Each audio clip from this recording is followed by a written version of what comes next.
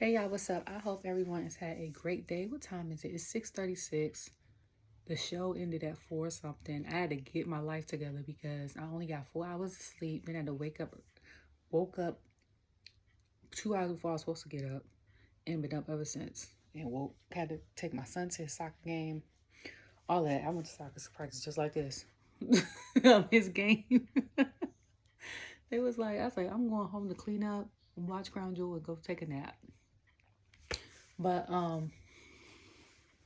Crown Jewel was cool, and I noticed some people don't watch it, which I am not surprised by, because to me, that and what's the other thing they do when they come to Saudi in like May? Those be like, it's always one of the two that's interesting, and the one of the other two, or semi-interesting, the other one be boring, in my opinion. Also, y'all know how I am about women. I'm here for the girls and how they treat women and women's rights and stuff like that. But I just can't. I only watched, honestly, to support certain people in there. And I wanted to see the first 3 matches, I think. And then the match with Randy and KO were the only matches I wanted to see. The other 3, I was okay if I just watched the highlights on YouTube. But it was it for me. Like, if they would have had the RKO versus Kevin after Seth and Bronson one, I definitely probably would have cut off with the sleep. But after that, I was like so kind of invested in it, and then I kind of wasn't. So, what is my thing? I don't watch the pre-shows, as you guys know. I just know I clicked the channel on at 1. And WWE, I feel like in the past, has been pretty good with starting on time. The last couple PLEs have not been on time. And let me tell you how I know they was good at starting on time. Because when I used to catch the end of the pre-show, if the thing started at 5 and the first match started at 7, I would turn on the TV at 6:58. It would be a 2-minute countdown for us to see. And I guess it's up there for the commentators to see. And as soon as that jump say 0, we went to the regular scheduled programming. It wasn't no people still showing clips of what's happened thus far and people talking and stuff like that. And when I clicked on it, it was like, it started like 105 or something like that. Even though it's only 5 minutes, I was like, dang, I could have been still, because I came downstairs to watch it. I only have 2 TVs in my house on purpose. And I came downstairs to watch it, and I was like, well, I could have stayed upstairs for a couple more minutes, because once I get comfortable on this couch, I'm not going nowhere else. I'm not going nowhere else. So until it's time for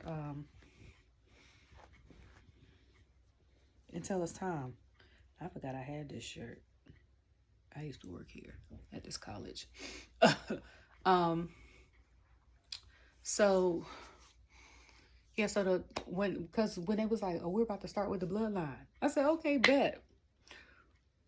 And I was trying to figure out this, y'all know I was trying to figure out this match situation, because I'm like, it's 7 matches. The PLE is normally 4 hours. We break that up, it's going to be out 34 minutes a match. The match, the whole thing surprised me because it was over at like 4:18. So it was only like 3 hours and 15 minutes. And I was like, this is literally like a, I don't know if before it's been, I could have sworn the PLE used to be 4 hours. Or maybe that was just like WrestleMania nights. Or WrestleMania and SummerSlam. But I was like, this is like us watching Raw a couple weeks ago when they had 3-hour shows. And I was like, so it's normally 4 hours. So what they gonna do that last hour? Have a press conference and then have the after show thing and then have the press conference? But I found out. Okay. So, because I ended up I was dozing off towards the end. And then I ended up staying up. So the Cody Gunther match, I only recall bits and pieces. And the triple threat match, I'm going to tell y'all front, only recall bits and pieces because I was literally on the couch like this. Like trying to stay up and doze. I don't even think I really tweeted towards the end of that match, those matches. So start off with the bloodline. My song came on, y'all know. Let's go. That's my song. I don't care what nobody say. So all of them came out at the same time. So I was confused because I was like, who's gonna be in this match? It's for them. So it was it was Jacob, Tama, his right hand man, and his enforcer, which would be, now I'm thinking about it, makes sense, which would be Jacob, Tama, and him, which I didn't even think about. Is him, his right man, his enforcer. So the Tonga Loa would be like the Jimmy, an old bloodline, or the Sammy. So then the OTC's music come on. The crowd goes crazy.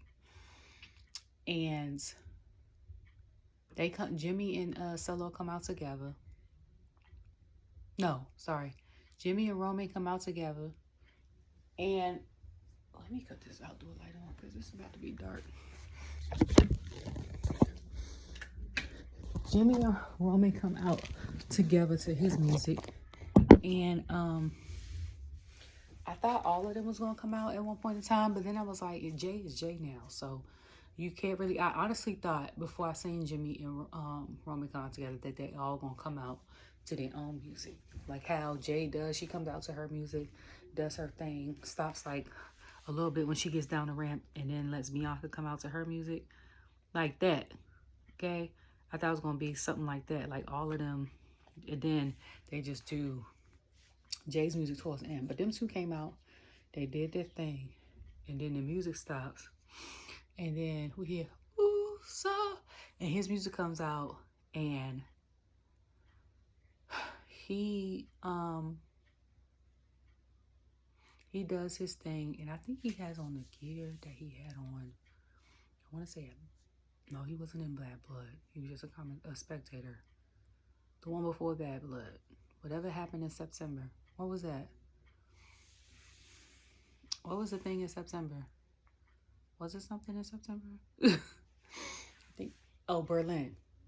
I think it was Berlin he was in. I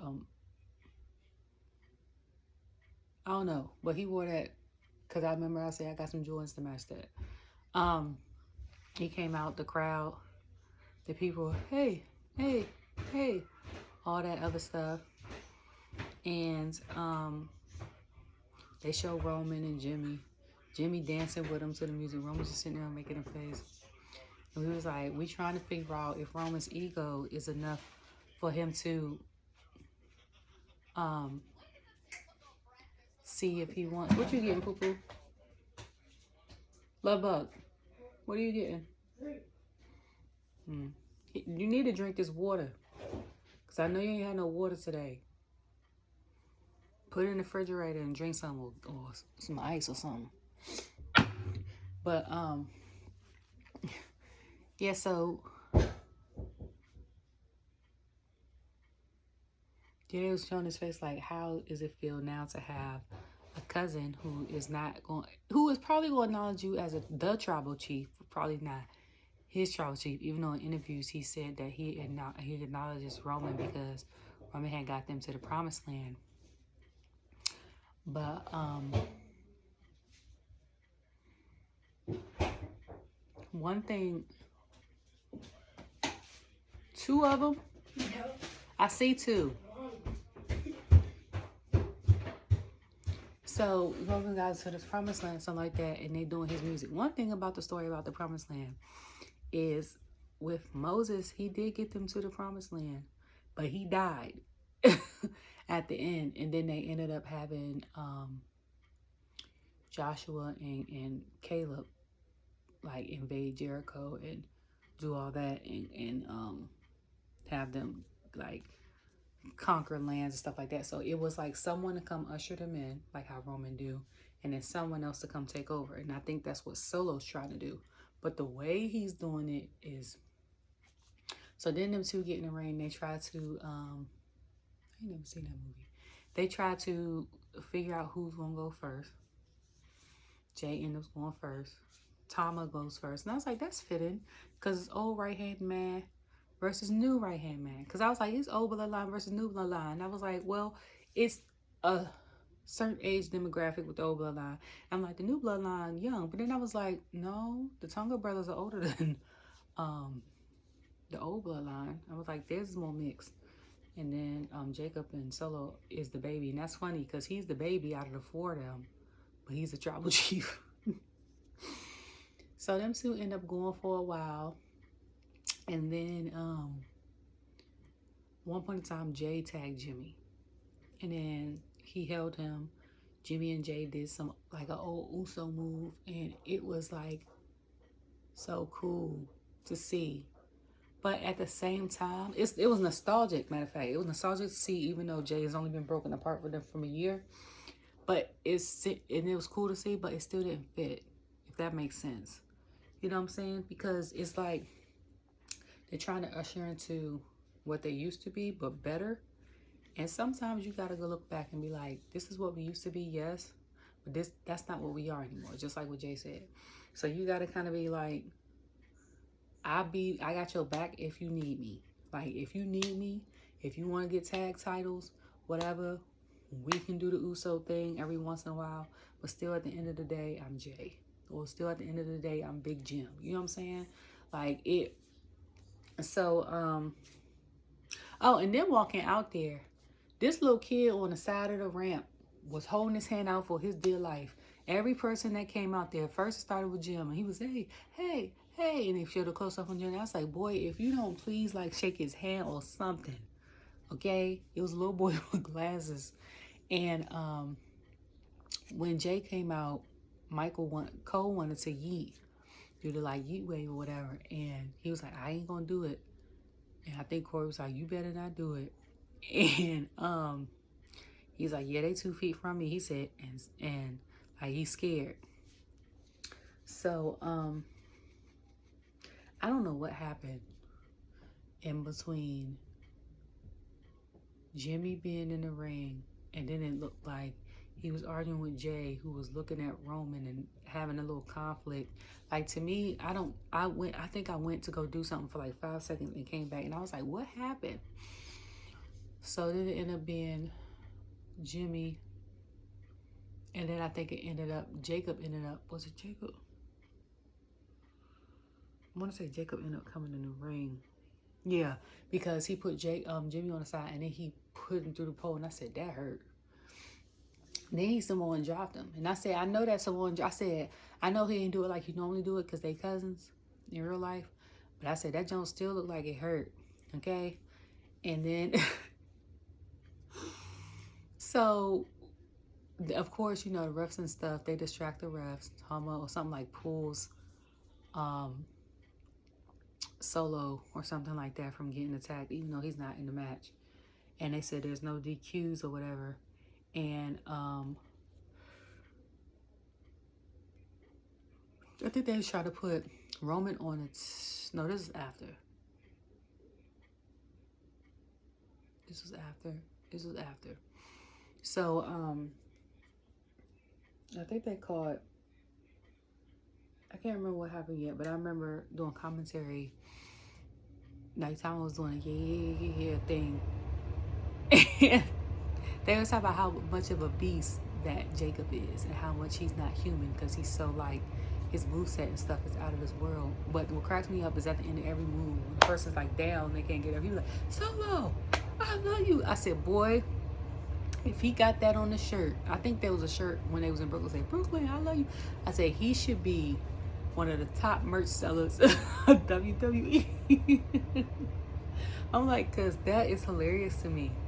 I'm like, especially like listening to his interviews and stuff like that before he became on the main roster and watching his wrestling matches when he was on the independent scene and stuff, to go from that to that is hilarious.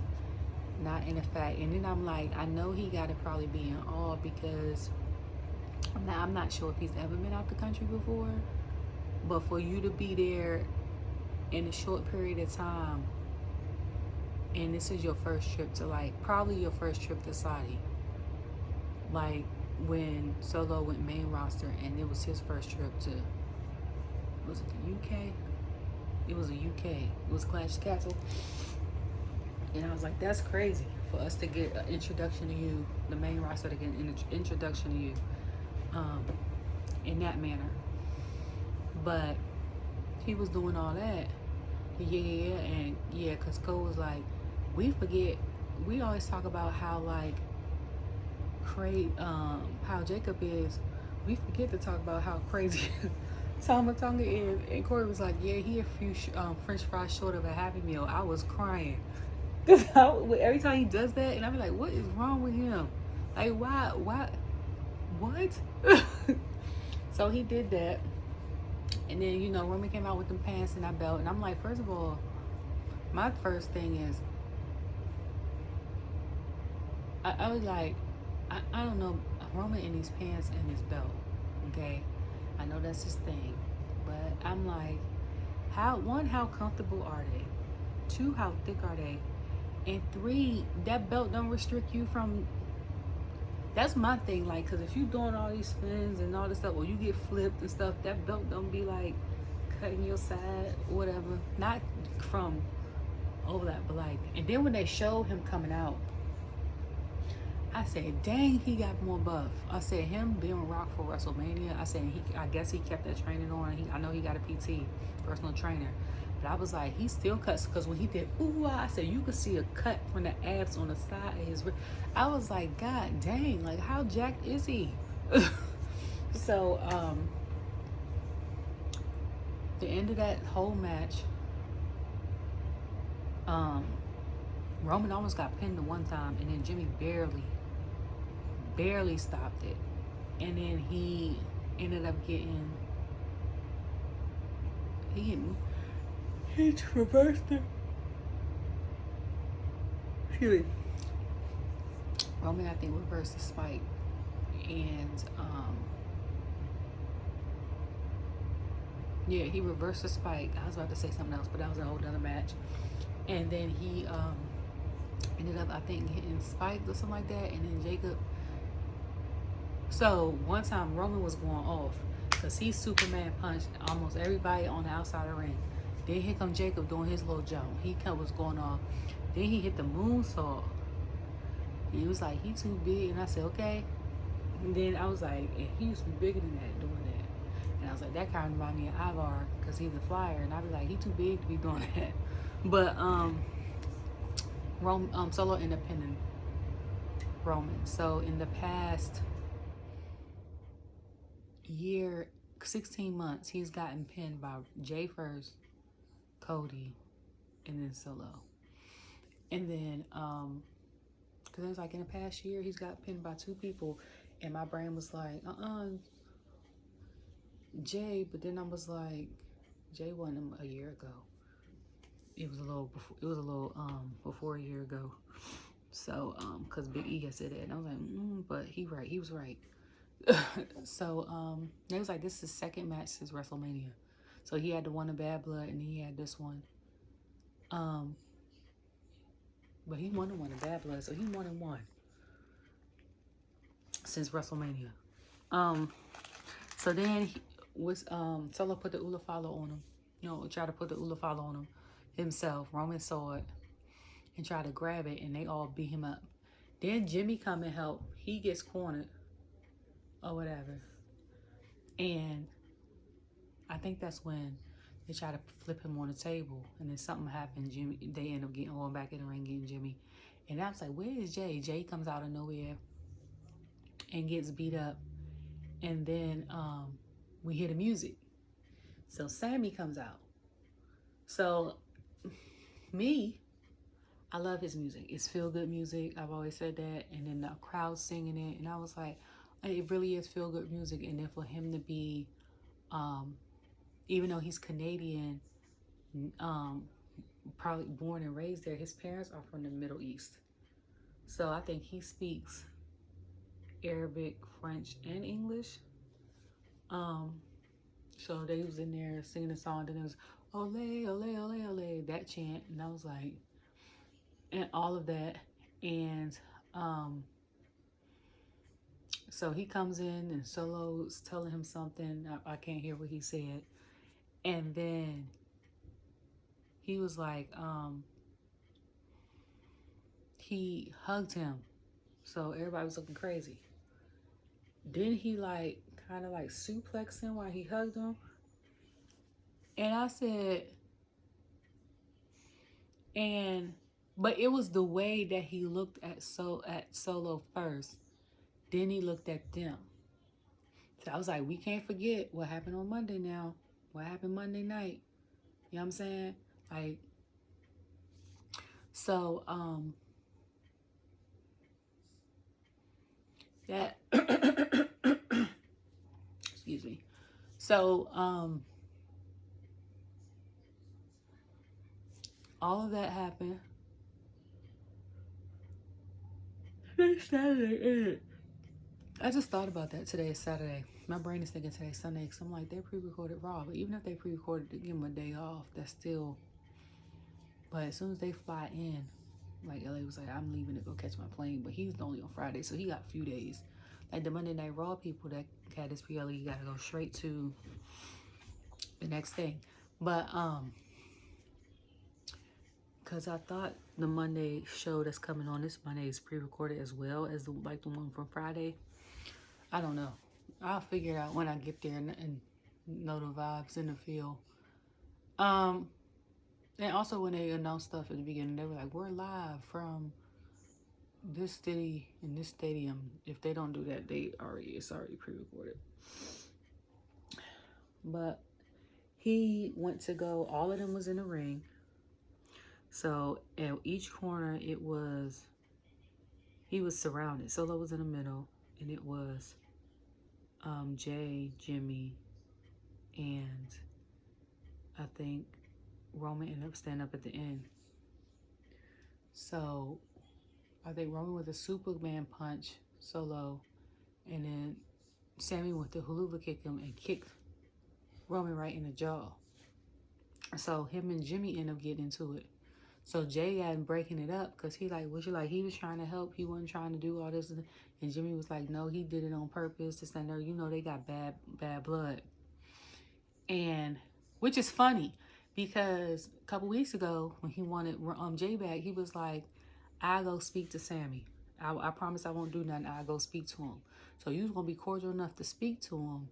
But he tried to help out in the mishap. It's the issue. That's kind of like when Jay came to Raw and KO ain't trust him, and Jay accidentally hit KO, and he thought it was on purpose, and they was about to fight. You know what I'm saying? So you can't, so in the background they show Roman doing it like he always do, or just like this. Solo's laughing before he leaves out and was like, that's why you got hit.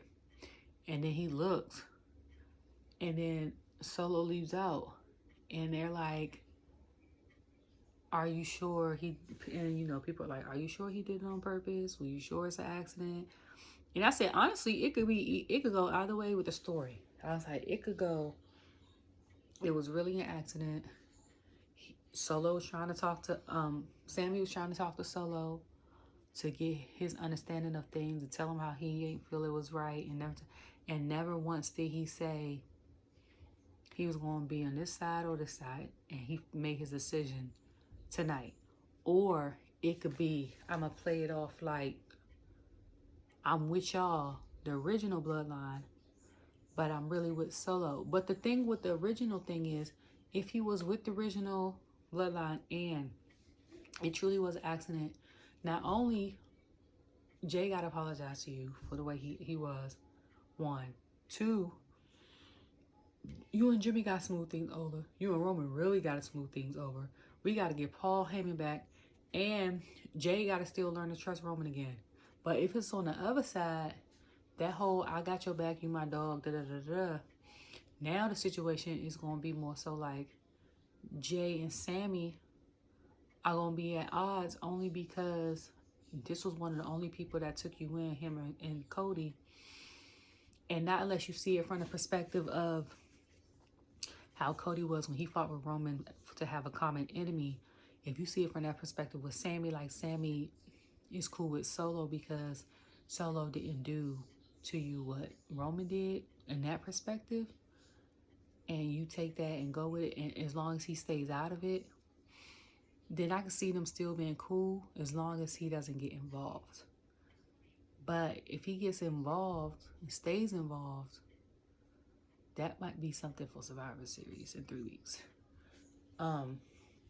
So then after that, we went to the tag matches. Okay? So the first people to come out was Kiari, Sane, and Io Sky, which I thought their outfits was cute. I love every time, like Kiari Sane to me is really pretty, and then their makeup and her hair, the colors and all that is always really, really cute. So when I saw their full outfit, like Io took off her thing, I was like, and then her thing said Io on the side. And I said, what the hell? So I said, to me, it was giving like battle. Somebody put it was giving employees at Mondo Burger. If you know, you know. If you don't know, watch Good Burger. I said, to me, it was giving Battlestar Galactica or Xenon, the girl of the 31st century. Like, that's what it was giving with it. And it's because of the way the outfits are.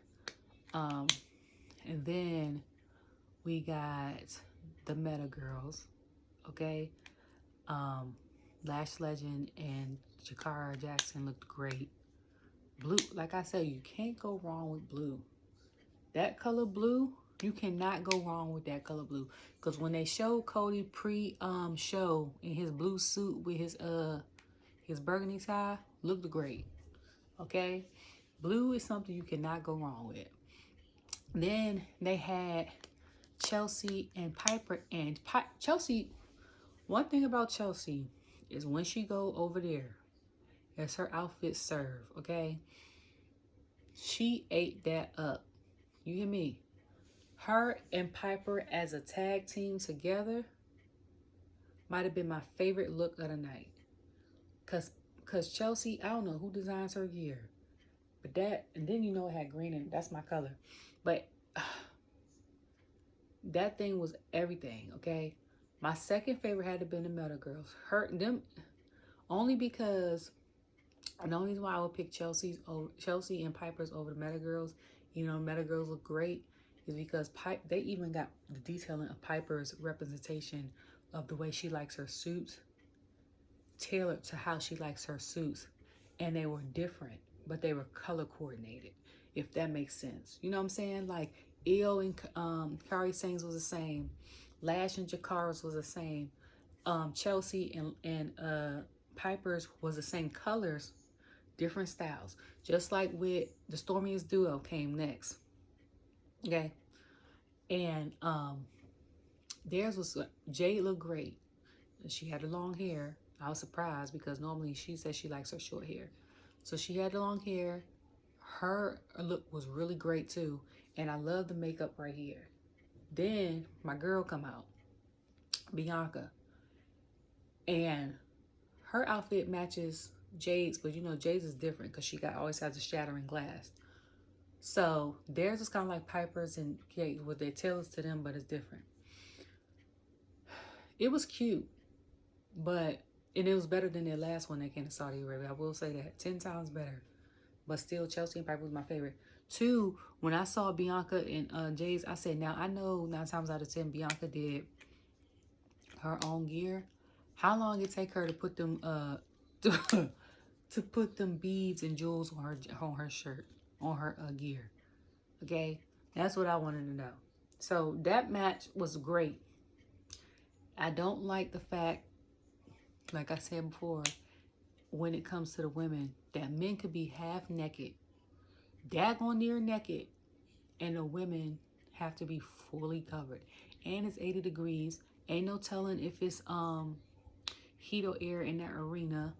And I know they're billionaires and stuff like that, but sometimes it's not all about the money from that aspect.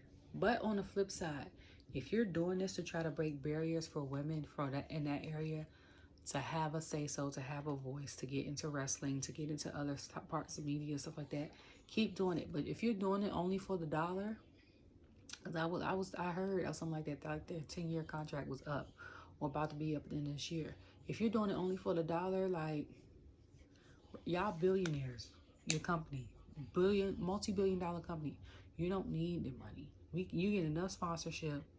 You can go to Europe. You can go to France every day for 10 days. It'll sell out. Just in France. Like, you don't, WWE is such a global phenomenon. You don't need that area. You know what I'm saying? And I'm not saying don't go there, because like we want to see people from different cultures and stuff like that. And it's a lot of places over there that are very much so like that. But I don't like it. I don't like it. And I'm not saying you got to be out here butt naked as a girl, but like some of that stuff that they wear, most of the time, like when they wear their leotards and stuff like Naomi, she has the arm sleeve, she'll have a one piece, and then she'll have the leg thing. Besides her like behind, which is covered for the most part, she just got a lot of it. Like she's covered. Then she has a black tights. You know what I'm saying? Like stuff like that. Now see, if they was to do that, could be able to do that, I'd be like, all right. And they just ban the two pieces, like the ones like Jade might wear, or Liv might wear, or Tiffany might wear. I'd be like, okay, that's understandable.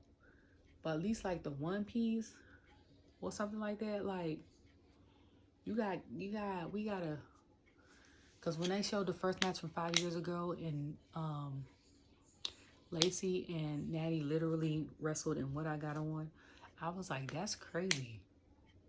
Like, to me, it's but the girls had all 8. My prediction was, for that match, I honestly really didn't care who won. I just wanted to see a good match. But I did say that I wouldn't mind Damage Control getting it back, only because I know that they got beef with the Meta Girls that were in the ring. They had beef at one point in time with Unholy Union. They got beef with Pure Fusion Collection. They could start a beef or have a beef with the Party Girls, Kaden and Katana, and then you got Bianca and Jade. And someone on my timeline was like, I want to say, like, the women's tag division has been doing it. Like, I want to say it's even more important than the women's Raw title. And I said, well, and they haven't been watching for a while. And I was like, well, you're not wrong. Like, nobody pays attention to like Liv or Rhea defending that title anymore. More so now, that title more so has become more about the story and irrelevant, that Liv and Rhea could still have this feud without the title. That's how much the title defense has become irrelevant. Like, it's not like because she's out and she was like really the only person really gunning for it. It's not like we got other contenders that's gonna step up and be like, hey, I've been trying to get this thing. Like, not unless she fights like a Lyra Valkyria or a Sonya Deville breaks off and does it, or they have a 4-woman contender match for whoever Liv is going to fight next, like they're doing for Gunther. Then that would make more sense. But right now, like, the tag titles is where it's at. So then, one point in time when they was wrestling, the Bougie Bully was in there, and I think she tagged her partner, and then they ended up showing a close-up on her leg, and I was like, production, okay? I was like, I said, who is in the back calling the camera shots and what camera angles and stuff to do? And y'all, I said, whoever did it called the wrong camera, because why are we seeing somebody's leg? So we did all that. Piper ended up hitting Chelsea, like plopping on Chelsea. The funniest thing of that match of the night is Chelsea wanted to go to the top rope and do a flip. And before she even attempted, I said, girl, in my mind, I was like, we know you're afraid of heights. You was terrified at the ladder match at Money in the Bank. So she goes up, or like she's going to go up. So he's like, highlight reel, of course, highlight. Then she looks and goes, and she steps down. He goes, low light reel. And I'm like, girl, we know you. Because if that was the case and you was just going to do it scared, be scared as hell. I don't care if you scream, come down, and did it scared. Like, you probably would have won Money in the Bank. But because you scared, you're not going, no, ma'am. So then Bianca ended up trying to do it. And I think Jakara, nope, wrong person. Lash and Piper ended up catching her, and I think throwing her into the barricade. Or was that yesterday? That might have been yesterday. I think Piper ended up. So then they keep showing Jade and Lash in the ring. Every time, them two going at it, popping off, and then Piper's in there. And I was like, when Piper got tagged in, I was like, y'all better be careful, cause Piper ain't nothing to be playing with. Piper is not nothing to be played with, okay? And I was like, low key, if it wasn't for certain stories and stuff, she'd be the women's world champion. Cause I'm like, I still can't get over that match with her and Jade, but they keep showing that thing. Somebody was like, please give me, and I said, I've been saying that for a while, but I feel like Jade will have to, I say, give her a couple more weeks to practice and stuff more a little bit. Then I feel like she could do a solo match with Lash. And I've been said that when she first came to the Rumble this year, I had matches lined up in my head for her and for Jordynne Grace. And Jordynne Grace wasn't even in WWE, okay? I had matches for both. And you know what I loved about Saudi with the girls is when Lash and them was taking over, they was chanting NXT. And I was like, people think because NXT and stuff like that is developmental that people don't watch. It's people over in the Middle East watching them. 1, 2, this is another reason why we don't need squash matches with people that come up from the NXT roster, especially people that are well established or well known, like the one with the Braun Breaker one. Like we know who he is, okay. Just like Kat said, they know I'm coming. You know I'm coming. They know I'm coming, right? Okay, so like they know that who he is. We know who he is. We didn't need no match to show his power. So for like them to chant that, I was like, this is so dope. Cause now it shows like y'all ain't got to do all that. And Homegirl been in there for a while. Okay, she was even in the 6-woman North American Championship qualifying thing, but she looked phenomenal in. But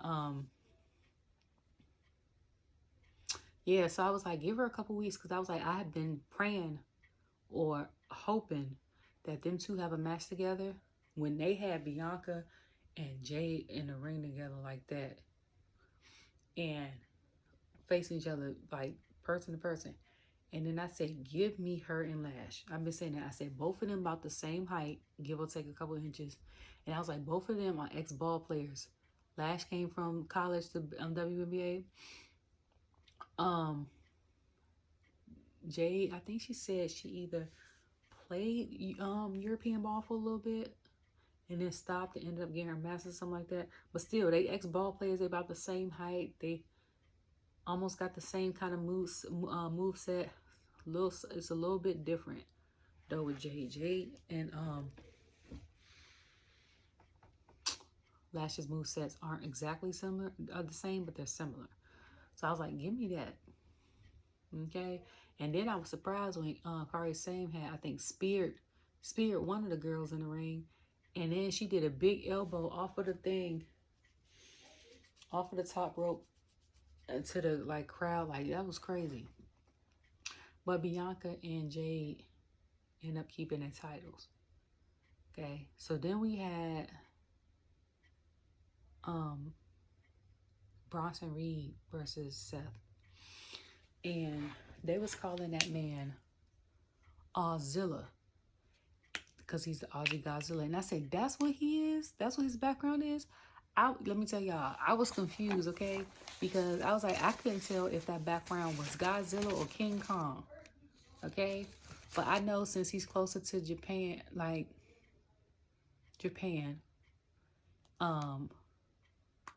and he's over there, they're not too far. They probably got more Godzilla movies that he's seen than King Kong. King Kong really ain't got no movies like that. So that makes more sense. But when they showed that, they ended up showing that, and then he had on MF Doom gear, which was dope because it looked like a comic book strip. And I was like, that's really cute gear. And then Seth comes out. And Seth got on Space Jam 11s. And then he got on this jacket that's got like black pointy shoulders and then ruffle sleeves. And I thought the whole jacket was leather like that till I looked, and I said, and then the bottom half, I was like, the bottom half is jean. So then when I looked at his pants, it was like jean mixed with like some tan suede. And I was like, I don't know if Seth gonna win this match. And I said, call me superstitious, but every time he got green or gold on his pants, he went. That match was brutal, okay? And at one point in time, Seth looked so defeated. And Bronson hit him with a couple, tried to hit him with a couple tsunamis. And he smacked Bronson. What had me cracking up is Bronson was like, stay down, Seth, stay down. And Seth got up and said, you should have finished me when you had the chance, and went in beast mode. And then he stomped him. Then he stomped him again. I stomped off the rope. Then he stomped him on the steel steps, and then he cut himself and started bleeding. And he ended up winning the match. And then they he was walking like he could barely get his back, like kind of like he was at the end of WrestleMania. So I said Seth's back went for probably 80% prior before WrestleMania. I think probably the battery probably down to about 45 now. And he walked back and homeboy popped up and he said, what the is wrong with you? Like, how you pop up so quick? And I said, that story is not ending. So then they said they added him to the 4-man's contender match for Gunther's thing. Him, Damian, Dom, and Sheamus, I want to say. So that's going to be interesting. So I see Dom been in there with vets, even though he said he's a 20-year vet, but he's only been wrestling on TV for 4. Because I was going to say wrestling, but he could have been doing that prior to. And I was like, well, Tan is Tan the cousin of Gray? I meant gold because he won. Also, Seth is one of those people, like I said, like Charlotte, that they can make anybody in the ring look good with them. It don't take much because they're just great people at what they do. They command the crowd. They're resilient, all that other stuff. So if you can't make a match look good with Seth, if you can't make a match look good with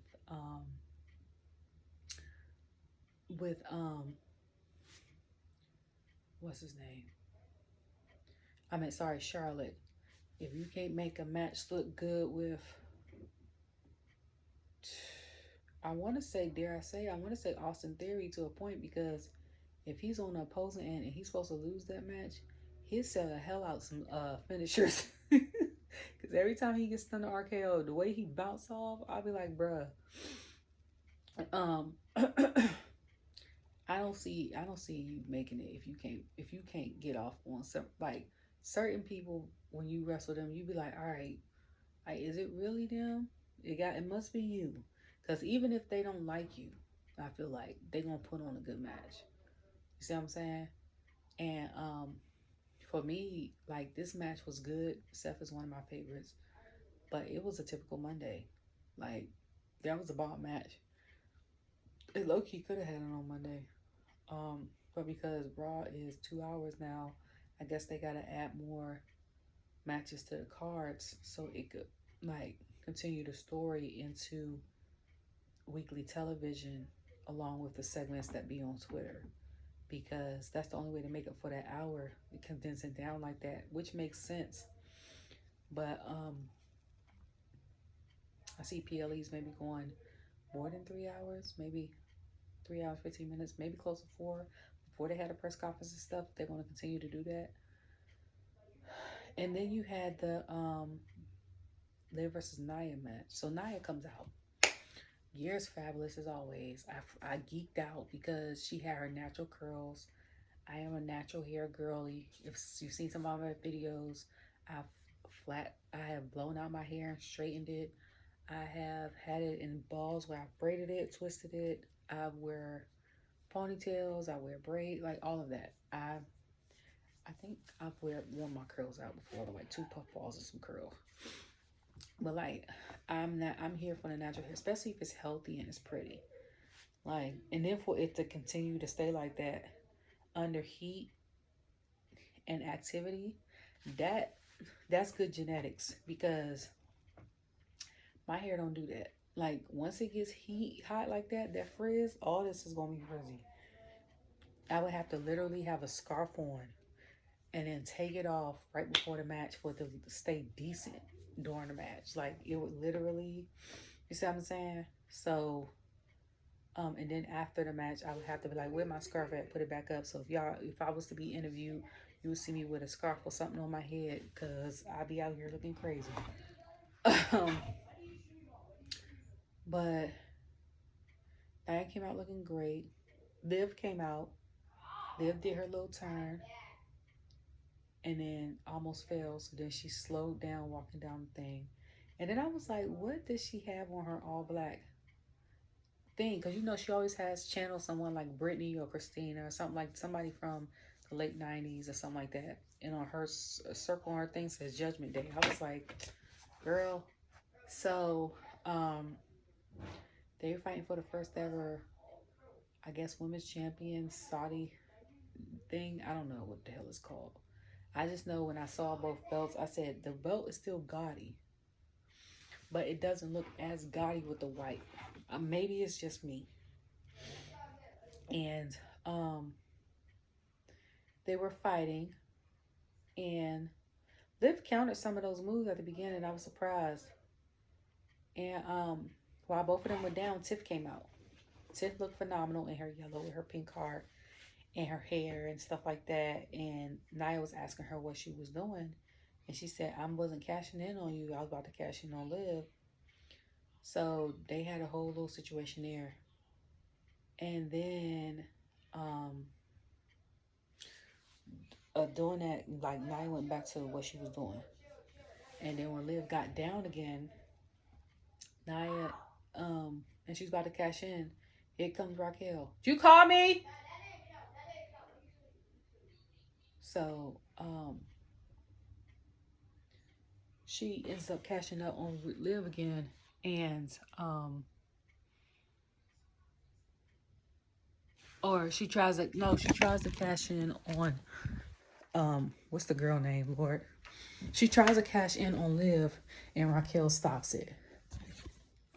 And then she's like, what are you doing? And Raquel has on whatever she has on. And my thought was like, why she got that on? And it wasn't because of what she had on, because she was fully covered. It was just the fact that, which I didn't even think about, because Liv and Damage Control had the same colors on too. It was the fact that it was black. Not only was it black, she had on a black turtleneck. And I just so happened to be like, okay, let me Google and see what's the degrees down there. It was 80 degrees there, or 78 degrees. I'm like, now I don't know what the humidity is. And in Saudi or whatever. But I'm pretty sure if it's dry heat like Vegas, that was not the right thing to wear. Okay? Like, you don't want to wear that. So I was like, she might have wanted to wear something else.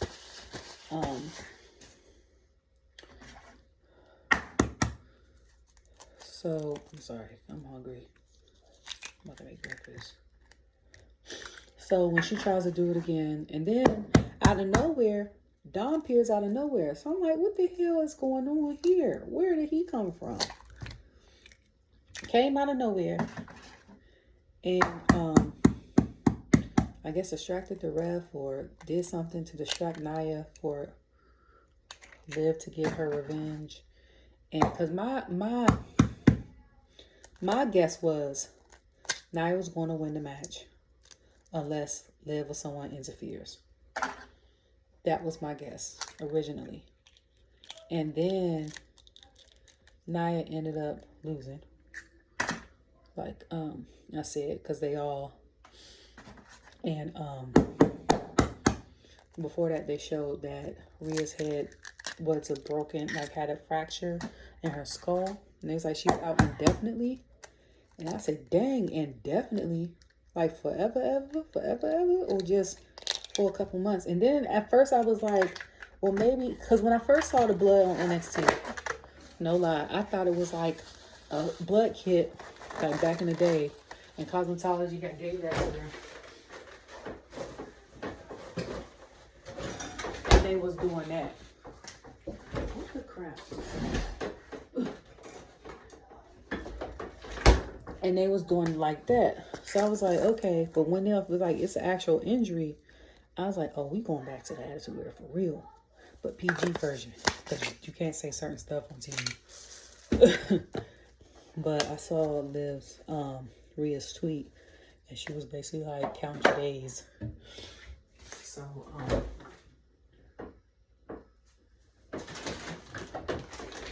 I'm surprised. I was surprised at that. But then logically, after she won, I was like, even if she didn't interfere, I was like, Nia wasn't going to win that match. And the reason why I said that is because Nia, when they were in Saudi, won Queen of the Ring. They wasn't going to have her win Queen of the Ring, a SmackDown Championship, and win the Saudi ring thing. So when Liv won, Triple H came out there and helped, like, gave her the thing and gave her the thing or whatever, and she was tearing up. And I found that so, like, you know, because I always say that outside of Bianca, Liv is my girl. Okay, Dom cheating scandals or not, like, that's my girl. She is authentically, just like how Jackie Redmond said on the after show, she's authentically who she is. She's authentically who she is. Like, that's not even a persona. That's just how she is. Outside of, like, the whole K-Fab with them being in a relationship, like, her being, her personality that she displays, that's her. She's not putting on no act. And that's what I like about her. Like, what you see is what you get. And that's why, you know what I'm saying? So, like, she's one of my people. So then, my man's come out. KO comes out. Because then I had and my brain space. This is how I know I was getting tired. Because my brain had space. And I was like, whose music is that? Slow. Being slow. Like, I don't talk about KO all the time. And I'm like, that's Kevin Owens music. And I said, oh, they match next? And I was like, in my brain, literally, like, dang, I wish that match was before the Nia and Liv one, because I had to cut the TV off and went to sleep. Like, when I tell you how I was fighting for my life to stay awake, I was fighting for my life, okay? I'm fighting for my life. Not R. Kelly, though. But, I was fighting, okay? And, what did I put? I'm making breakfast at 7:30. Only because I was supposed to bake chicken and I didn't even marinate it. That's how tired I was. I would have marinated it last night or as soon as I came in the house and washed my hands, and it would have been good because it would have been 8 hours by now. But child,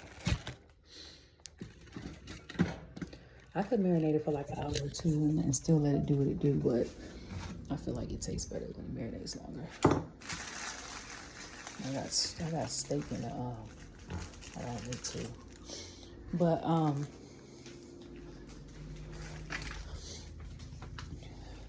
yeah, so it ended up being that. So I said yesterday, I said the people on the eastern side of the world, okay, I said they love Randy. They gonna sing this song, okay? I said because France was loud, Germany was loud. I got 9 times out of 10 Saudi gonna be loud. What is this today? So just like I said, so KO's things come out When they show Randy coming out, I was surprised because, you know, KO normally sit on the side of the ring. You know what I'm saying? He normally sit on the top of the ring, chilling. He ain't sit there this time. He's sitting on in between Cole and Corey and the other two commentators. Which, by the way, I liked Cole and Corey's look. I like Cole in that white. I don't know if his undershirt was chocolate or black, but if it was chocolate, it definitely complimented Corey's suit, which Corey looked great in too. I couldn't tell if that was peach or pink. Well, either way, if it was pink, I always say like shades of red look good on him. If it was peach, tan, not peach or pink, tan or pink, then that was a good look too. Like the suit was good. It was nice looking. So,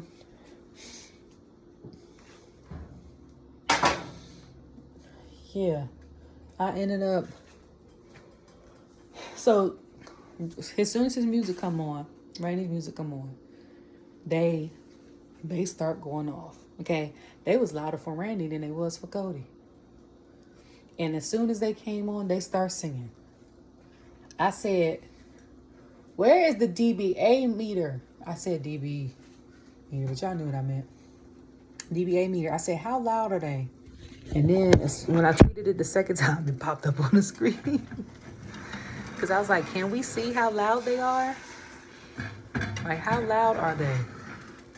Y'all got it for the European people or the people over there on that side of the world, and they didn't even use it at all this match. So, oh, that scared me. I forgot to put toast in there. And, let's see, hold on. So they sang, and he did his thing, and he was waiting for it to come up so he can do his pose and stuff like that. And by the time he got even in the ring, the song had looped and started over. So when he got up there and did his pose, KO had attacked him with a chair. And I was laughing because I was like, at one part, like one thing, it's like messed up. But I was like, also though, it did take you mad long to get, you did have an interest for mad long. Like Cody's interest is long too, but he didn't take that long. And I was like, homeboy gave you plenty of time to do your thing. Like, that's fair to me, my opinion. That's fair. After your song loop, you fair game. Okay? Because you done let that thing go. I mean, it took you about 4 or 5 minutes, at least, I feel like, to get inside that ring. So, he hit him with a chair. He ended up, I think, hitting his knee. He fell to the ground. They ended up, I think, on the ramp. All of that. I said, what is it? Ooh. Hold on. I said,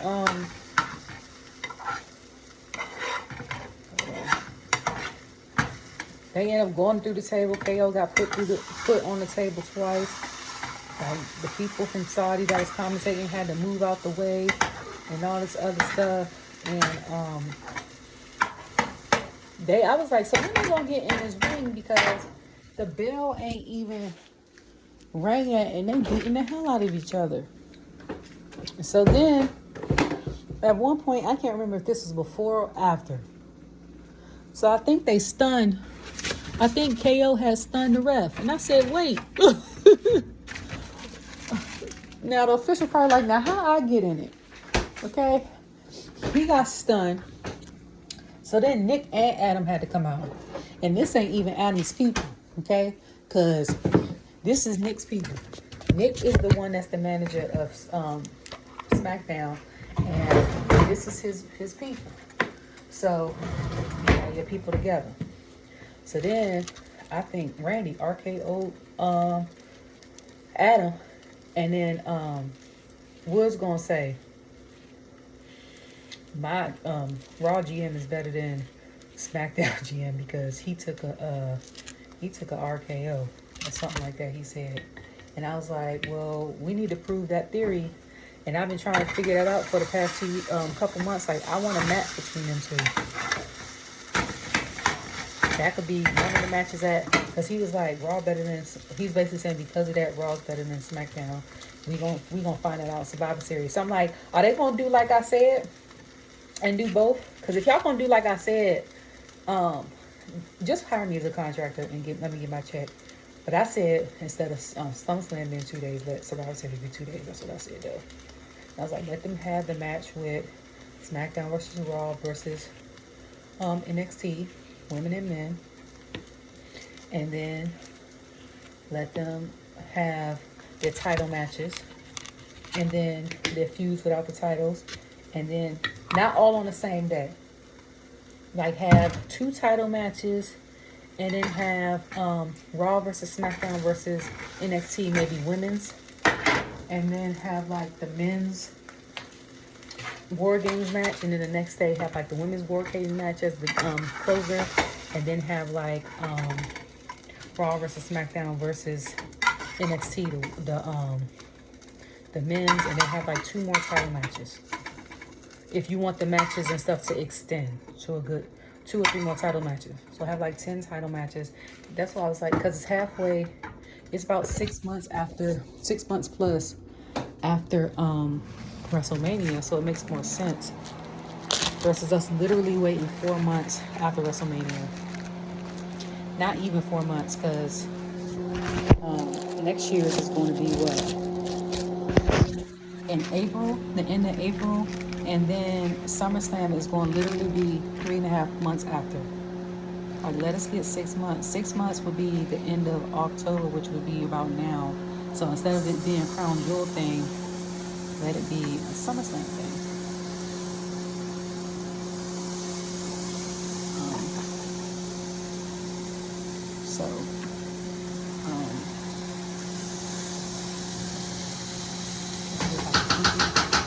My face. I shouldn't have made that sausage the other day. Eat this bacon. Yeah. So, let me put another piece on here. So they ended up beating each other. He ended up stunning Adam. I think somebody ended up trying to check on him. And then,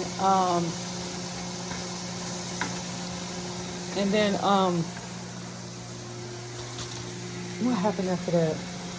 Oh, Kevin, they was fighting in the audience, and then Kevin ended up going on top of like the storage cases, and then I don't know how Randy ended up on that table. So I was dozing. This is the beginning of the doze. And what's the name? Elbowed him through the table. First of all, he was sitting there like this. I said, I know for sure if that elbow ain't broken, it's fractured. That's 1. 2, I don't know if that's the way Randy's face looked up close, because I've never met him. I don't know him. I was like, or if he got a bruise underneath his eye. But I was like, that's a bruise. This feud gonna be for a while. Okay? I'm like, because they was like, oh, he left my side, and he was like, this is what Hunter tried to tell you about, that KO is a beast, and he really ain't got no friends. He even attacked Sammy, which is 100% true. You know what I'm saying? Like, in the heat of a situation, if I'm trying to hold a friend back, depending on how escalated it is, and you know, energy gets to going, and you elbow me like this on accident to try to break free from me, and because of all the energy that I have pimped up and stuff like that, trying to restrain you, my instinct off rip is probably to hit you back. Not because, and that doesn't prove that we're not friends, it's just that's just instinct. Like, somebody hit me, that's instinct. I don't care who it is. Then you got to realize who it is, you know, for your brain to be like, all right, it might have been an accident, don't hit me. You know what I'm saying? So, like, for Randy to hit him back, I don't even blame him. And then you try to say he hit you. So I'm like, you don't remember you hitting him. And I was like, I know you was just trying to fight people off of you, but at the same time, like, and then I was like, so KO's story done went from the bloodline for 4 years to now him having beef with Cody and Randy because of Cody helping fight with the old bloodline against the new bloodline. And I'm like, and the funny thing is, the person y'all fighting over has moved on from the entire situation. He probably don't even know what the hell be going on. That's a life lesson, okay? That's a life lesson in real life. Because we be mad, people be mad at people for months, years, days, whatever. Even if they knew you was mad, people don't expect you to be mad that long. Or if they apologize or see something like that, they move on with their life. Whether you hold on to it or not, it's on you. Okay? And that's exactly what that was given, right? Cody done went on the Gunther.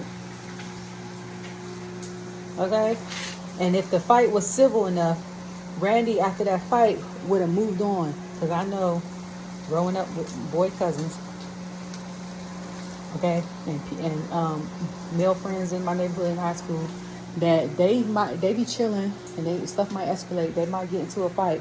But once they fight it out, they good. They not like sometimes women where we might fight and still be mad. You know what I'm saying? Or some men would be mad too. But I'm just, once they get it out their system, they good. So I was like, once Randy probably would have got this fight out the way, he'd have been good. But you know what? That ain't happening no time soon. Okay? So that it wasn't even in the match. That wasn't even the match. So they called that off. So old clips were being shown on Twitter because Randy had got fined, I think like his first week there. And he got fined, I think, $50K. I can't remember. I think it was $50K or $10K. I can't remember what the number was. And Nick was like, the fine is this. He was like, you gave me double. And then Randy said, that's for next time. And someone was like, well, this is next time. And I was like laughing, but I was like, I think he did something before that too. So he still owe money. He still owe money. Okay? I should have bought some more fruit. I think my son ate the rest of them apples. I got pears. I don't know. I can eat pears with this. Some yogurt and pears. Bacon, toast, eggs. So, I like my bacon crispy.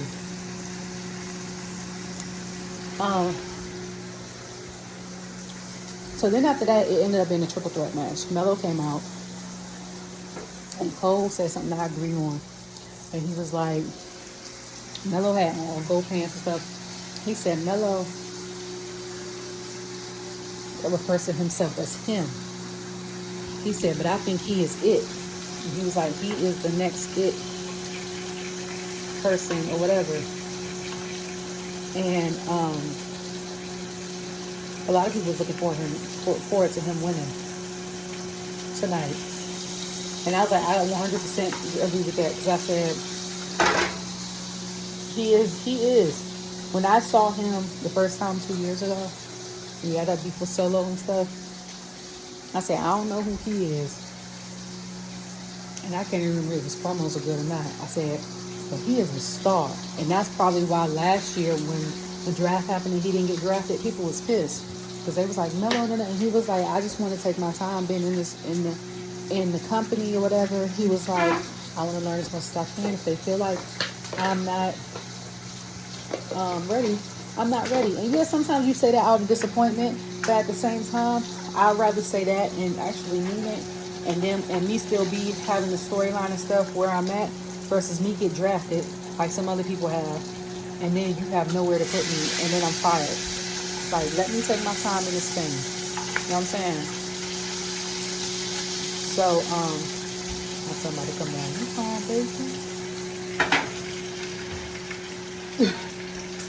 So then, Andrade comes out. I don't even know if he had a mask on today. If he did, I ain't paying no attention. I think I went upstairs for a second. Because I think my, I be checking on my son every once in a while.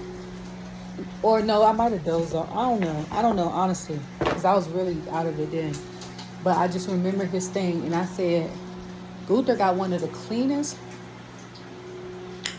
backgrounds. And EO and Solo, in my opinion, Andrade got the best music. But Andrade gotta have one of the best backgrounds. Him and Finn got the best backgrounds in WWE. And I'll say Finn's because even though his is clean and white like Gunther's, it adds a little, it's something small, that smoke that comes out, but it's simple, but it changes the whole game. Okay? What's the name? Andrade's look like something out of Tron. Because I said, this looked like something out of Tron, or Tron Legacy, if you've seen the 2010 sequel. I was like, that's exactly what it looked like. Because I couldn't feel, I said, why I seen like images like that similar before? And I was like, that's what I seen. Tron is what I seen. And then LA comes out, and that's when I was talking about, and I like LA. Very much gives me 90s action star nostalgia, all that. I say that all the time, but that was him. What he had on was a representation of what I was talking about, how he could be out, men could be out there half naked, and it's not an issue at all.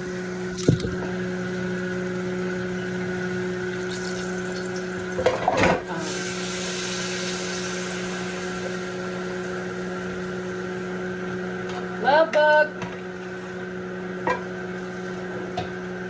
And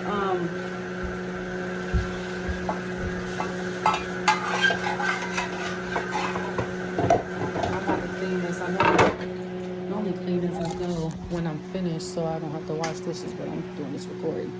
Y'all got you some food. So,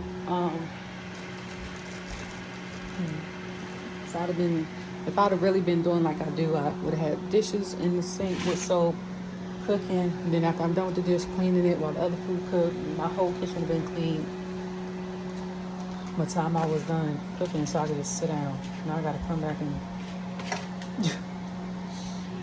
but yeah, so he came out. I didn't really see too much of this match. I just know that I remember LA Knight kind of punched both of them at the same time. And then I remember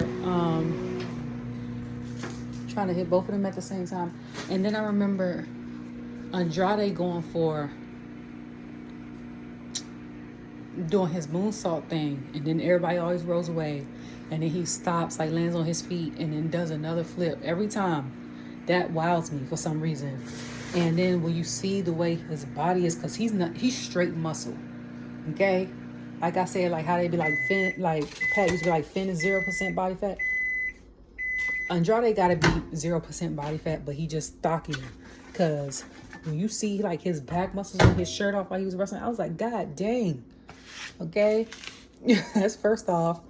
And then I also remember I think LA Knight trying to hit Carmelo with the BFT. No, Carmelo hit somebody with nothing but net. And I said, okay, that I couldn't remember if he actually named his persona after Carmelo Anthony. But I was like, okay, that makes sense. I was like, well, we know who his favorite basketball player was. And that during that time though, that was mine too. Like before that, it was AI. And I had various ones to be honest, but AI was number one for me. Especially being from Virginia like I am, but I'm from the DC area of Virginia. So he was such a big thing going in Georgetown, because it's not up too far from where I live at, where my grandparents stayed. He from Southern Virginia. But modern day, like when Carmelo and them came, like everybody was over LeBron. Like for me, it was Melo. So LeBron ended up slowly like winning me over. But let me see if I got some more fruit for him. Oh, I got watermelon. And I got pears. So sorry. And then I think, yeah, so he tried to hit the BFT and he reversed it. And then, Love Bug, where is your vitamins at? Oh, it's right here. And all I know is LA Knight still retained. So a lot of people were upset. Carmelo even put a thing like his head down, like he lost the game. And I was like, listen, I was like, it's not your time yet, okay? And I said, the reason why it's not your time yet, it's not because it's LA Knight's time and the crowd loves him and he gets his time to shine, and then you actually got a Yeah versus Jade, like Raw versus SmackDown, Yeah versus Jade.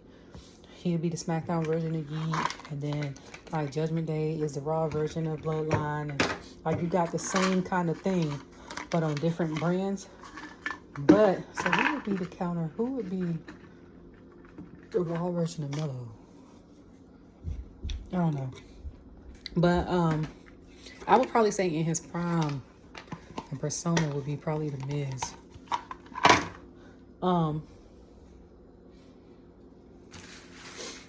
But I'm like, whenever you do become champion, US champion, you gonna take that thing and run with it. Now, is he gonna run with it? He's gonna elevate that title. And I think that's one of the reasons why, not just because he just got here, but he's gonna change the game for the US title or whatever title he gets. He's gonna be a game changer for that. Just like with Lash is just such a commanding thing that people was like, she's a star. And I was like, I knew that. And I was like, I didn't know much about her because I had stopped watching NXT for a while. I didn't even have to see her in a full match to know that she was a star. So people are like, well, they need to bring them to SmackDown. I said, are you still trying to cough the phlegm out your lungs from when you were sick last week?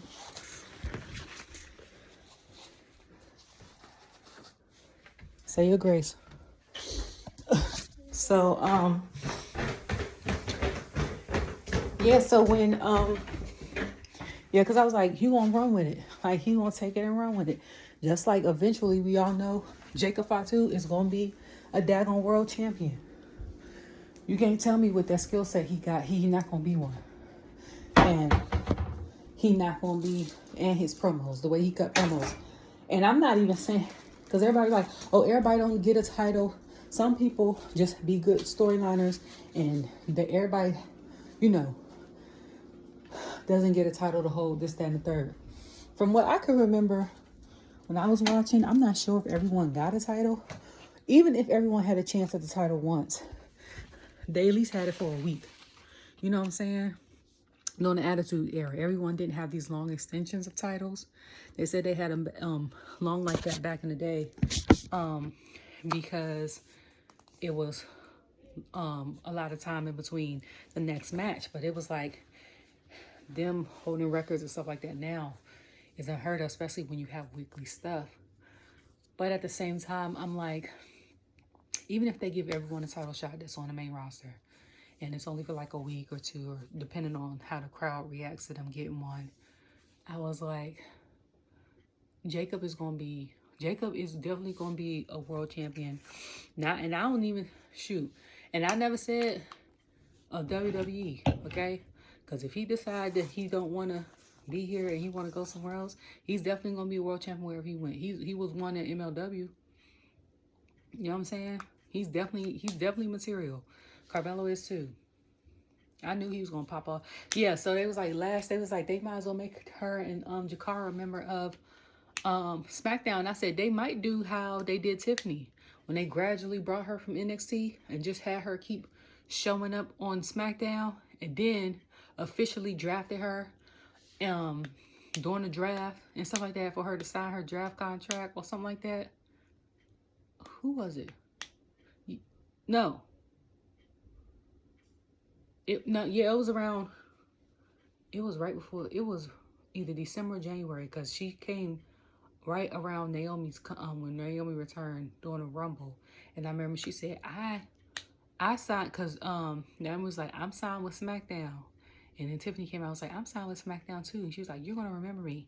Then they officially drafted her to SmackDown again. I was like, we already know that. Like, I think that's what they doing with the meta girls. But then at the same time, we're like, what about the boys? I guess they're gonna have to split them up if they bring the girls up and don't bring the guys up, because low key,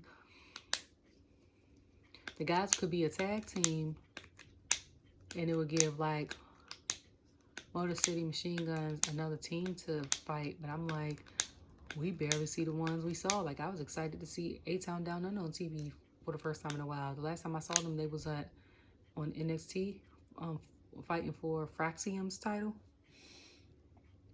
And they're supposed to have Motor City Machine Guns on SmackDown this week, which had me cracking up, because they was like, we gonna be on best TV show in wrestling. He said, ooh, Miz TV. Anyways, I'm digressing. So then after that, the last match was Gunther versus Cody. And originally, and this is exactly what I tweeted, I said my original thought was Gunther was going to win this championship. But I said, but logically, just like I'm doing Nia, because he won King of the Ring and he's a champion, they're not going to make him King of the Ring champion and a Saudi champion. They're going to give this championship to Cody. So I really dozed on this match. I just remember them two locking up. Cody trying to hit Gunther. Gunther slapping the hell out of Cody. Speaking of slaps, when Jade and Lash were up against each other, I was like, they was trying to hit each other, but I was like, Lash's slap sounded harder, or maybe it's the mic from the camera. But I was like, if it sounded harder, like, Jade, you should have slapped her hard back. But I just remember from this match, the slaps.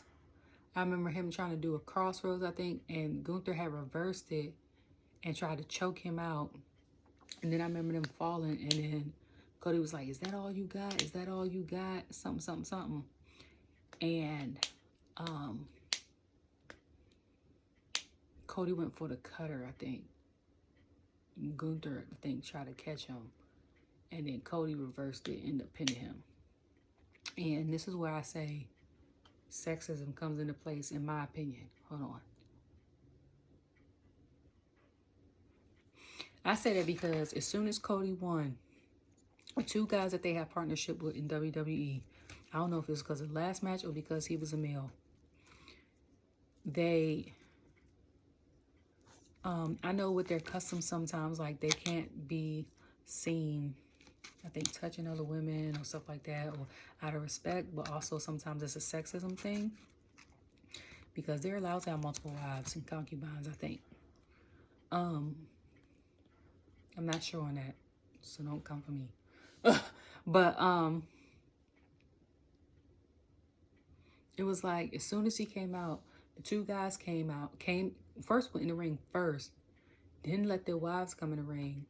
Like, chivalry would be like, you would hold the rope for your wives to get in first, then you. But I think in Muslim culture, and some of them exemplify, your wife has to walk like steps behind you, or 5 steps behind you, so you always go first and stuff like that.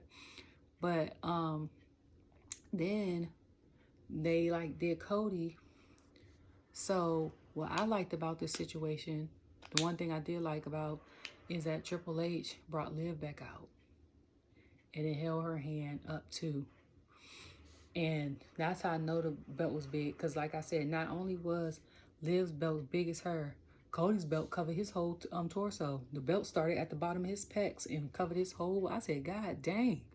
And then the rings that they got, so they showed everybody held their hands up, showed everybody held their hands. So then Liv was going to come between, I think, Triple H and the dude, or Cody and dude, so them two could be in the middle. And then I think she had him go on the other side, and like Liv was so emotional. And then they had the after show, which I saw, and they was dropping them off, and they was talking about the matches and stuff like that. And they had the interview with like the tag champions and Solo them, and Jacob, what, I love you Solo, and all this other stuff. And then LA Knight, He didn't celebrate his birthday, and the timing's been weird with the sleep. And I don't know how many days it's been since they've been there. But normally when I'm on like day 4, not Central Time. Central Time I can adjust to the easiest because it's only an hour. And I used to live in Nashville, Tennessee for a year and a half, and my son was born there. His dad still lives there. So when like we exchange, like I go there to go drop him off or something like that, or we spend Christmas there, or he comes here, like it's easier to adjust because it's an hour behind. You know what I'm saying? Like, so instead of me going to bed at 11, I might go to bed at 10, but it's still late. I'm gonna get up earlier, but it's still late. And then even that, it only gonna take me a day to adjust. When I went to Vegas 3 years ago, it took a while to adjust. So we was going to sleep. We would sleep by like 8. We might wake up. We were like, we're gonna wake up and go out later. The latest I think we stayed up was like 10:30, and that was our last day. And that's when we were getting used to Western time. And that was like day 4. So it literally took 4 days, and we wake up at 5 a.m. because we was on Eastern time still, our brain. And so I feel like when you're touring, if you do like East Coast first and then do Central and then gradually make your way to the West Coast, I feel like the sleep schedule's easier to adjust to versus to come in like New York. Then we're going to go to Cali. Then we're going to go to Oklahoma, because then your clock is all over the place and your body's probably like, what the hell is going on? You have to literally have an eye thing or like blackout curtains or not sleep at all. But, or take a lot of naps. Okay. It's one of the 3 or all 3. Yeah, so he's talking about that and how he was flying out tonight and leaving. I said, he probably got the next couple of days off. I said, if it was me, I'd be asleep on the whole ride on the plane. Because once I get comfortable on the plane, I goes to sleep. I don't care if it's an hour or 5 hours. I'm going to sleep eventually. And I've been like that since my son was born. And he used to fly with me when he was a lap baby for the first 2 years. And we was flying everywhere all the time because he was free. After he fell asleep on that plane, I fall asleep on that plane. I be holding him. We both be asleep. When they was talking about that, then they was talking about Liv, and I love the fact that him, like, he was talking about how she evolved and how she was in his business for 10 years and how she trained with like Natty and TJ and them. And I'm like, dang, Natty and TJ and them had this dungeon for 10 plus years. I'm like, why they not on this list for this new independent scene thing? I said, is it because it's not a school and it's more like a training center? Because, what is it, King Hoka? That I was just watching an interview with Muscle Man Malcolm. He said he trained there. He trained there. B-Fab trained there. Dawkins trained there. Daniel trained there, I think, from NXT. They had Moose there. Chelsea Green trains there. Liv. And she was like, I remember you had, I think she said green hair and like blue tongue. And I was like, she only recently got rid of that blue tongue because you used to watch her up, up, down, down. And I think it was Schools Out last summer. And I think her tongue was blue. I think she was eating Jolly Ranchers or something like that. So she was so emotional in saying how much it means to be the first and how much it means to like break barriers and stuff like that, because she know it's above her, it's bigger than her. Like them wrestling there is what's breaking barriers, which is true. That's why part of me is conflicted with them going there, because I think recently they got a Middle Eastern born wrestler that wrestles with the hijab on. And for people that don't know what the hijab is, it's the headpiece. And I think she was like the first ever or one of the first one. And I was like, that's groundbreaking. So if we're doing that as women to break barriers, then I'm here for it. I feel like with Saudi, if you're doing it for the check, like if you had to choose, they were like, do you want to? Not because you have to, but if you had to choose and they gave you the option, and it was either check or to break the barriers. For me, it'll be more so break barriers, because I'm gonna get paid regardless if I'm good at what I do. Like I could probably make, you know what I'm saying? But that's me. I'm more so do what you love type person and principles type person over money type person. Because even though I'm good at a lot of things, and I don't think I've ever been bad at a job, if my heart is not into it after a while, or if I feel like I done learned everything I can and then I get bored with it, I'm out. I'm out. The only things I haven't gotten bored with so far is this basketball forever and hair. Like everything else I've done, I've gotten bored with. And this, I mean, like talking about WWE, watching WWE,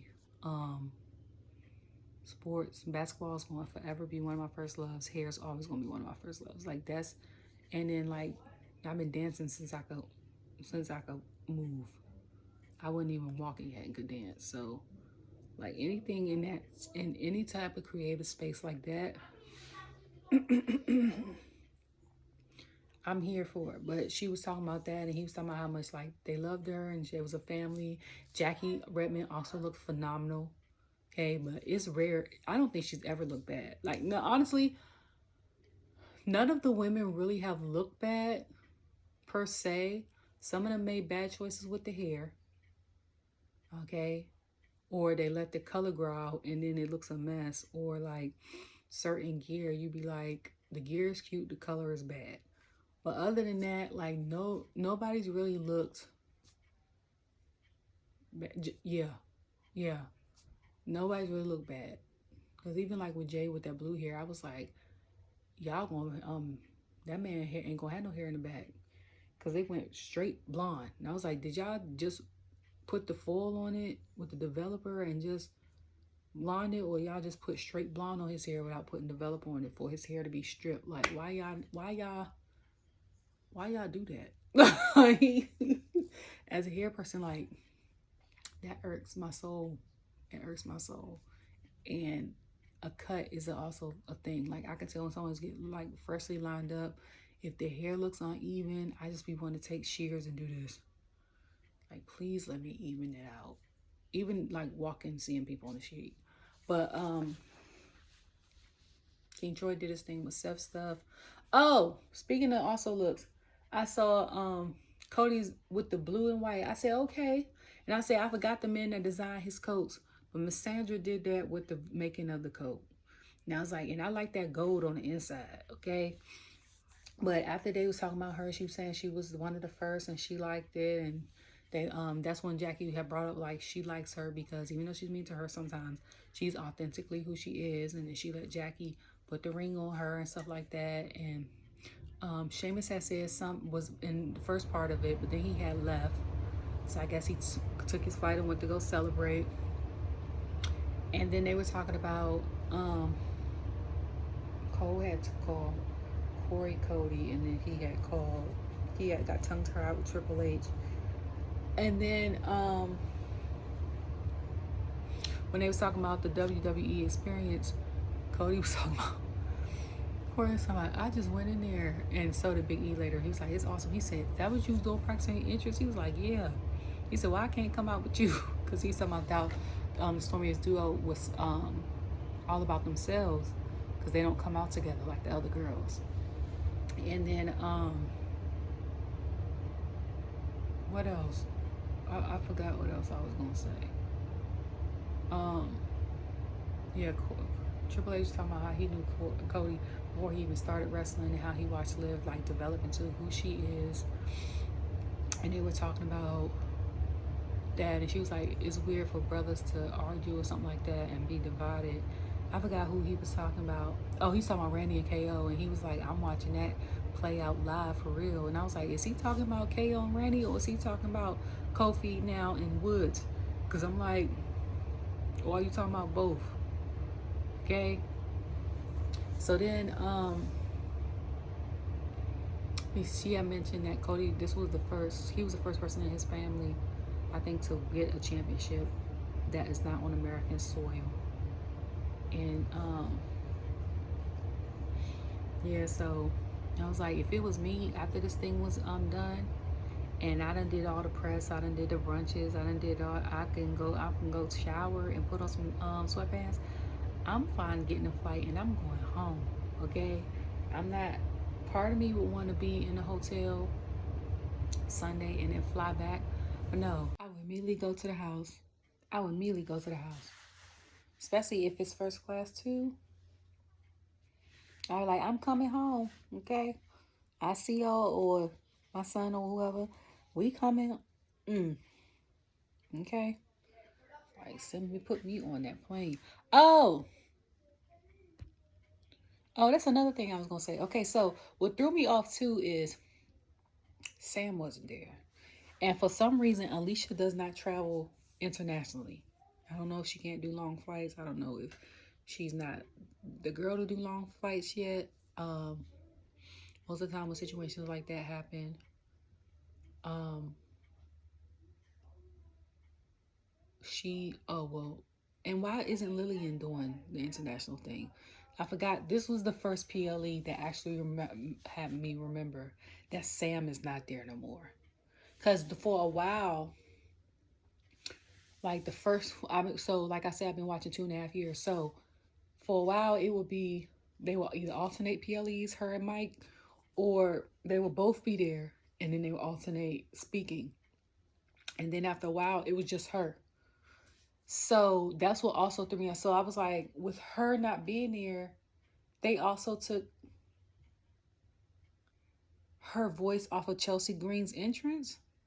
Because I was like, I thought WWE, when you sign a contract, I don't know what the new contracts are, that they have rights to your name. They have rights to like your voice. If you record something for them, for someone else, technically that's your voice, but they have rights to it. Or if they have to pay a small royalty fee, they can add it to your check. They could have still sent her a little small check, $5, whatever the amount is, and use that. I'm pretty sure if they would have asked her before she left, and then whoever was in corporate and Chelsea had a consensus, that they probably could have just still did that. Because when Chelsea came out, I was like, who's saying that?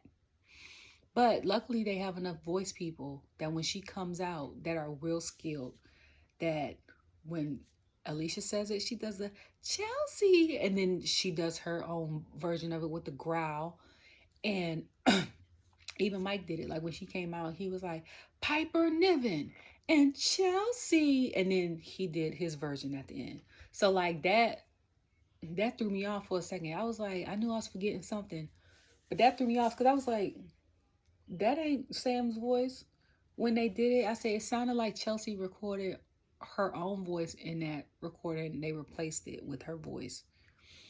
Because we were used to hearing Chelsea Green like that, but we hear, I was like, that ain't the same.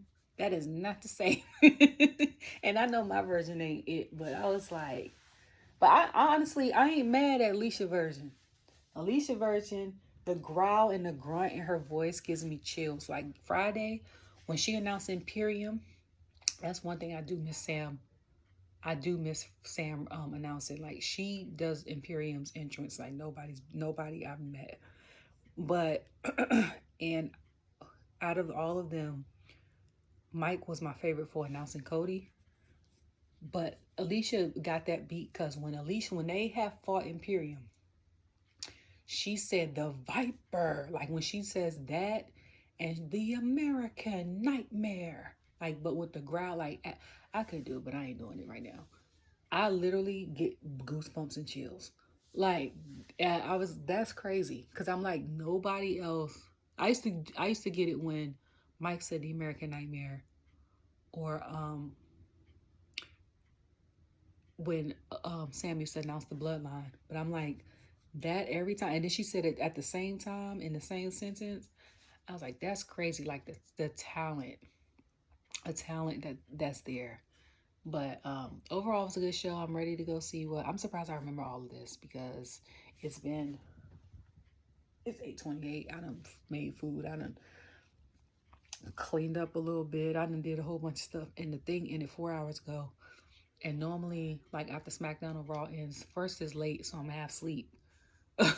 But so I can't remember anything. But I'm surprised I remember because I be having so much going on that I just be like, what else happened? But hopefully we'll see what happens on Monday. We'll see also what happens on Wednesday, because Tuesday is the election. Today in North Carolina was the last day to early vote. If you haven't voted yet, please vote on Tuesday. I can't wait for November 5th so they could leave me the hell alone. I haven't voted early, but I'm voting on Tuesday. I want everybody to leave me alone, okay?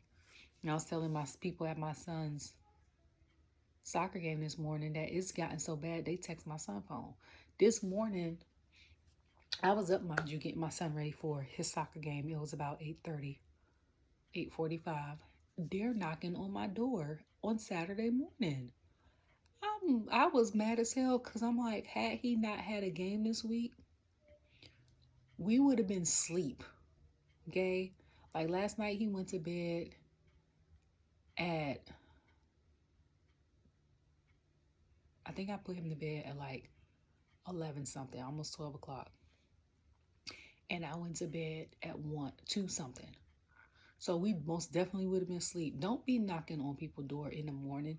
If you on campaign, wait till noon and then later. Like 8 in the morning on Saturday is crazy as hell. And then I was like, don't let me be one of the candidates that got like a newborn baby, or I've been up all night because my son was sick, because that was me last Monday night, and I kept waking up because he was sick real bad. And then Tuesday I hardly got no sleep, and then you ringing on my doorbell because somebody getting fussed out. Okay? Like, it's the inconsistent. I can't wait. I cannot wait for this to be over with. Like, y'all don't do this every 2 years when we gotta elect the Senate and the House. Or the House, like, do that when we do that, because they're just as, to me, they're more important than the president. Because if they pass a law and he don't agree to sign it, if they vote and agree on it, they can make it a law.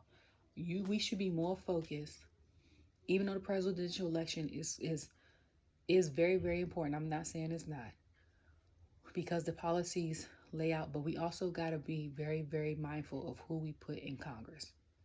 Make sure, not just federal Congress, because each of your states got a state legislator too for your states.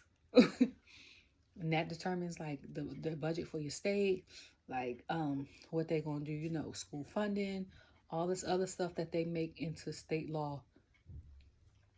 That's important too. Vote for that as well. Do your research for that as well. Okay. And then after Monday Night Raw, it's going to be the last time I mention something about voting. I'm very much a voting advocate.